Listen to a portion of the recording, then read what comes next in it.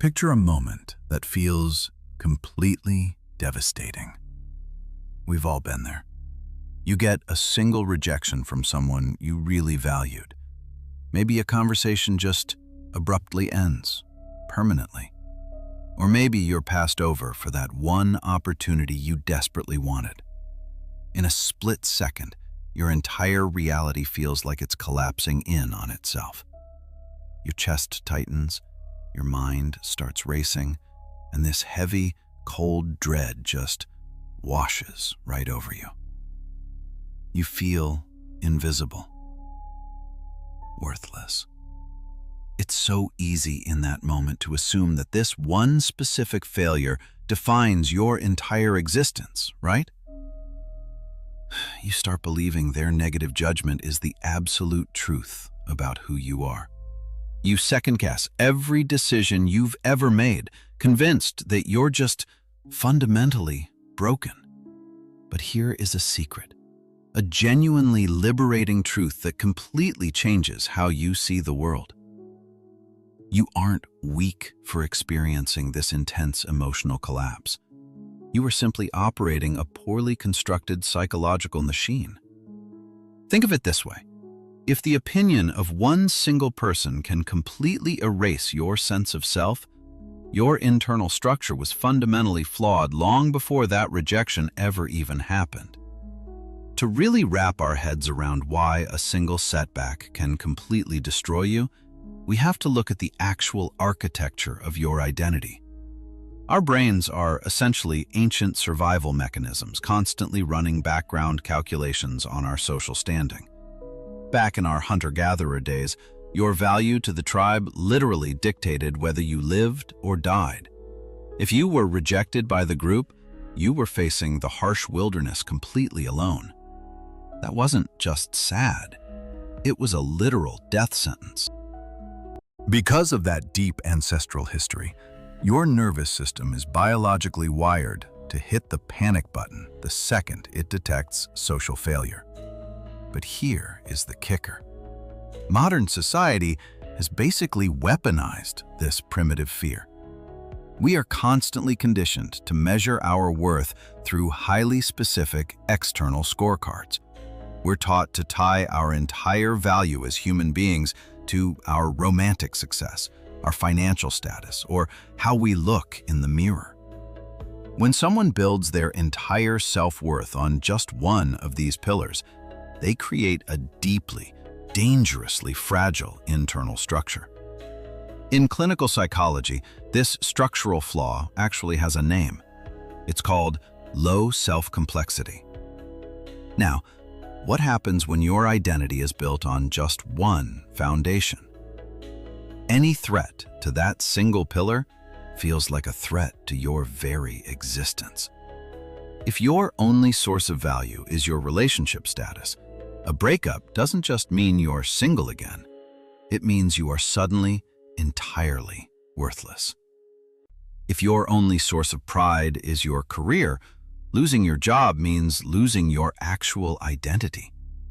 Your brain simply cannot distinguish between a localized, specific failure and a total, systemic collapse. This is exactly what we call a frame collapse. Your frame is basically the internal reality you project out into the world. For a frame to stay standing under pressure, it requires stable, independent pillars. If you're leaning all your weight on a single pillar, your frame is perpetually on the verge of shattering.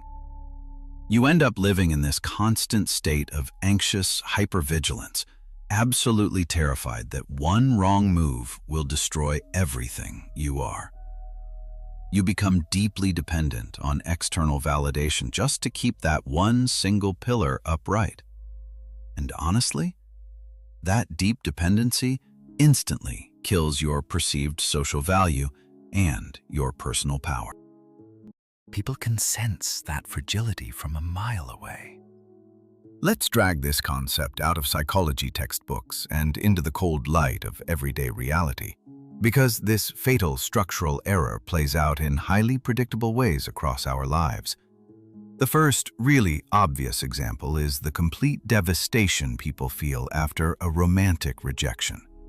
Imagine a guy who has made his dating life the sole focus of his existence. He doesn't have a demanding mission in life, he has no intense physical discipline, and he doesn't have a deep circle of close friends. So when someone rejects him or pulls their attention away, he just spirals into total despair. His logical mind might try to tell him that he just failed in this one isolated interaction, but his nervous system is screaming that he is fundamentally unlovable. Because he has no parallel sources of meaning in his life, he has literally nowhere else to direct his mental energy. So what does he do? He obsesses. He analyzes every text, trying to decode a mystery that really doesn't matter. He abandons his dignity, chases the person, and desperately tries to repair his single broken pillar. A person with a multi-layered identity simply doesn't react this way. Sure, they experience the sting of rejection, we're all human, but their core remains entirely unbothered. They have other things going on. The second clear example of this is the dangerous hyper-fixation on external status. Think about someone who ties their entire identity to their job title or the number in their bank account. They work endlessly to project an image of absolute financial dominance, fully believing that their net worth is the exact equivalent of their human worth. But what happens when the market shifts or a business fails? They don't just feel broke. They experience a profound psychological crisis. They feel entirely invisible and stripped of their power. Usually they end up isolating themselves from their peers because they are absolutely terrified of being exposed as a failure. They've tied their emotional stability to a fluctuating currency that they can never, ever fully control.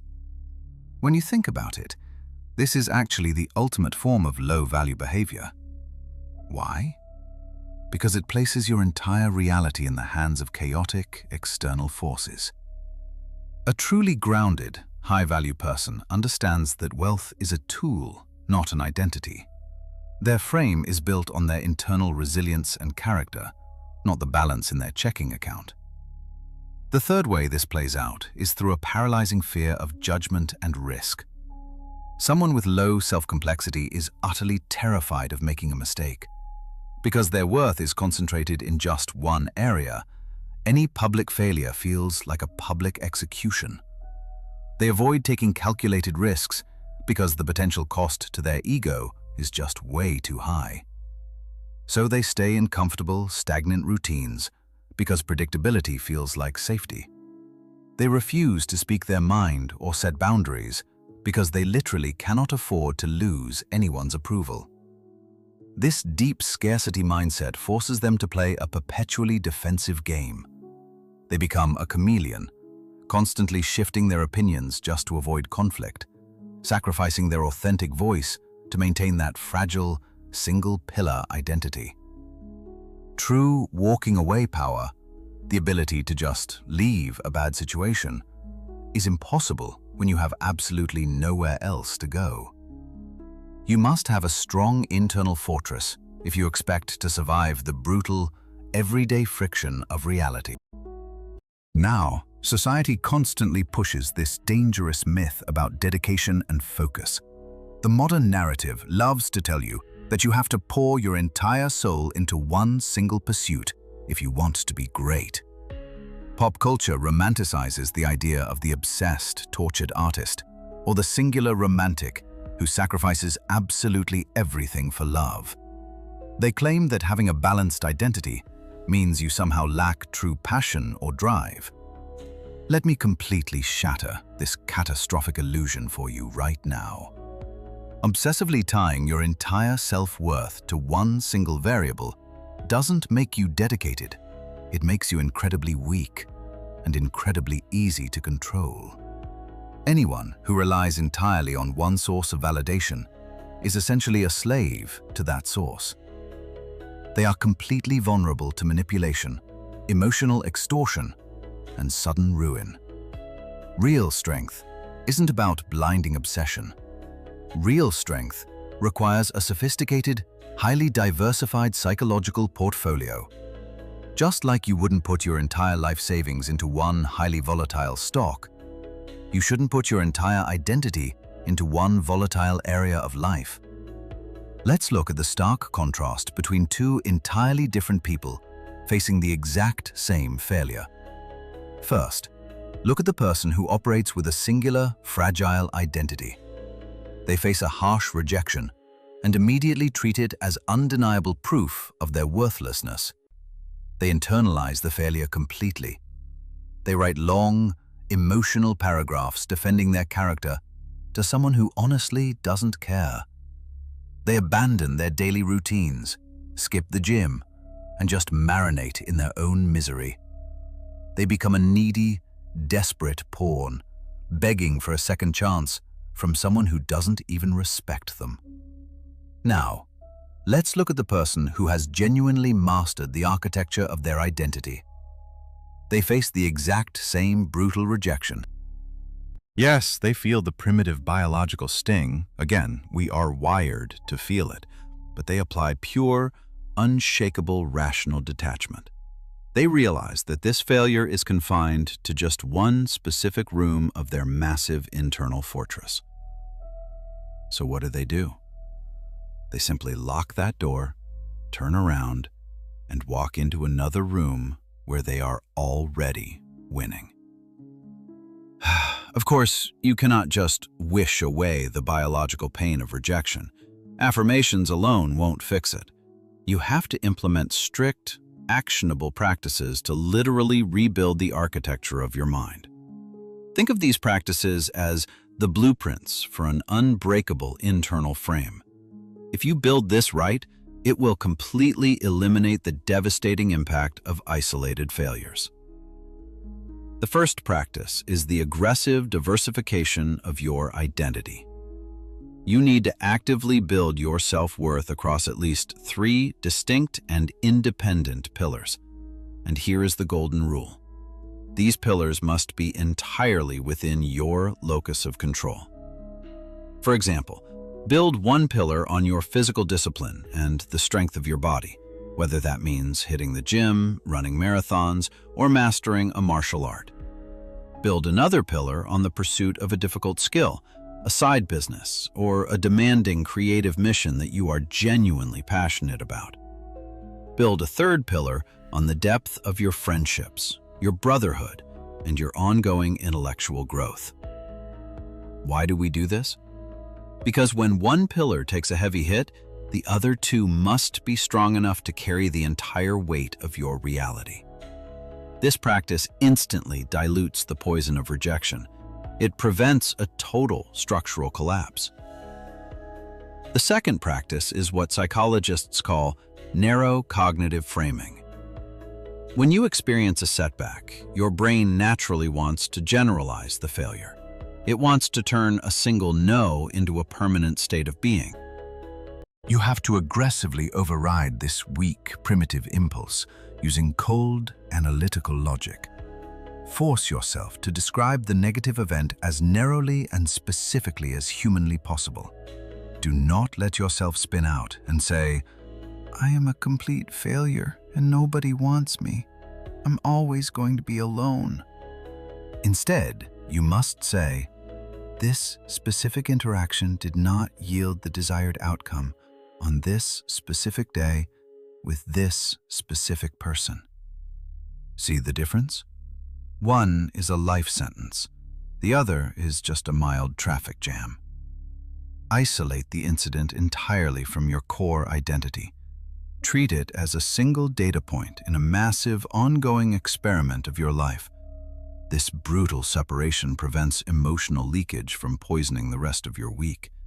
It allows you to extract the necessary lesson without absorbing all the toxic emotional weight. Think about it. Maybe you've spent years living inside a fragile house built on a single, crumbling foundation. You've probably drained so much of your vital energy desperately trying to protect that one pillar from every slight breeze that passes by. You truly believed that if you just tried harder in that one specific area, you would finally feel secure. But hopefully, you now clearly understand the hidden mechanics behind this silent structural failure. Your entire willingness to let one variable define you is exactly what makes you so incredibly vulnerable in the first place. The most dangerous threats in your life aren't the rejections themselves. The real threat is the absolute fragility of your internal architecture. Real maturity begins the exact moment you decide to become structurally unbreakable. You are no longer a reactive pawn, terrified that a single mistake will erase your existence. You now possess the cold, rational framework required to build an actual empire of self-worth. You understand that a strong person is infinitely harder to collapse because their value does not live in one single room. Respect and resilience are never successfully negotiated through desperate hyper-fixation. They are accumulated through the undeniable power of a diversified and independent identity. So, the next time you face a crushing rejection, remember you have a choice. Will you let one locked door convince you the whole house is burning down? Or will you silently walk away and focus on the empire you have already built?